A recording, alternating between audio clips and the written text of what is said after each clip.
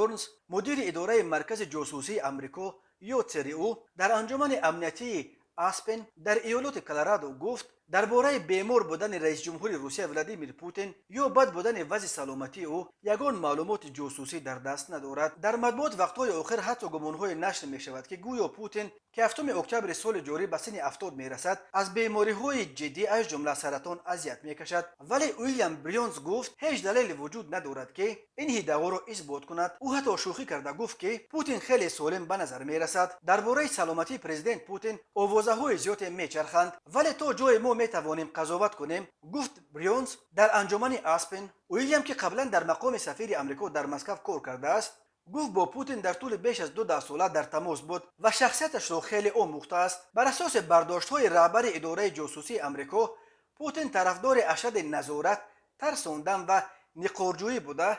این ویژگی‌های طبیعت او به ویژه در 10 سال اخیر که دایره مشاورانش محدود شد برجسته تر شدند. او معتقد است که رساله وی همچون رهبر روسیه ایای روسیه همچون کشور ابرقدرت است. او برقرار کردن قلمرو نفوذ بر همسایه‌های روسیه را کلید رسیدن به این هدف می‌شمارد و بر این است که اگر اوکراین را تحت نظارت ندارد با این هدف خود نائل شدن نمیتواند. اظهار داشت رهبر اداره جاسوسی آمریکا. ویلیام ماه نوامبر سال 2021 در پی اینکه مقامات جاسوسی آمریکا درباره نقشه حمله روسیه به اوکراین معلومات موثق به دست آوردند به مسکو آمد تا رهبران روسیه را از عاقبت‌های جدی این حمله هشدار دهد، ولی او گفت من از مسکو با نگرانی از ساعت آمدنم بازم بیشتر برگشتم. به عقیده ویلیام نقشه‌های پوتین بر اساس حدس‌زنی‌های کاملا اشتباهی و برخی خیال‌باف‌های بخصوص در مورد اوکراین و عزم این کشور به مقاومت ساخته شده بود. پوتین در حقیقت بر حرف‌های خود باور دارد. من شنیده بودم که او در طول چندین سال در صحبت‌های خصوصی میگفت که اوکراین دولت واقعی نیست، ولی دولت‌های واقعی اند که مقاومت نشان می‌دهند. درست همان کاری که اوکراین کرد،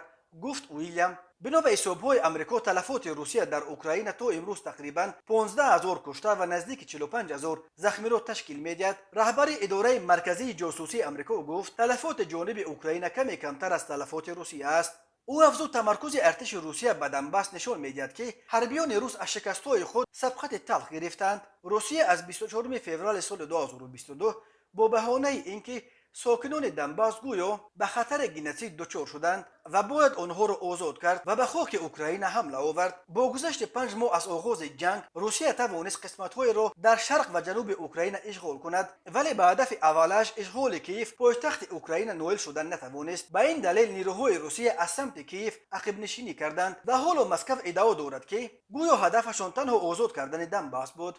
پوتین از پایان سال 1999 اینک قریب 23 سال باز بر روسیه رهبری میکند. منتقدان پوتین را به ایجاد یک نظام خودکامه، غصب حکومت و تمدید زمان ریاستش برای تغییر قانون اساسی و دیگر قانونها عیبدار میکنند، ولی طرفدارانش برعکس بر اینند که پوتین روسیه را بپوخیزاند و دوباره به کشور ابرقدرت تبدیل میدهد و به همین دلیل او را در غرب بد میبینند.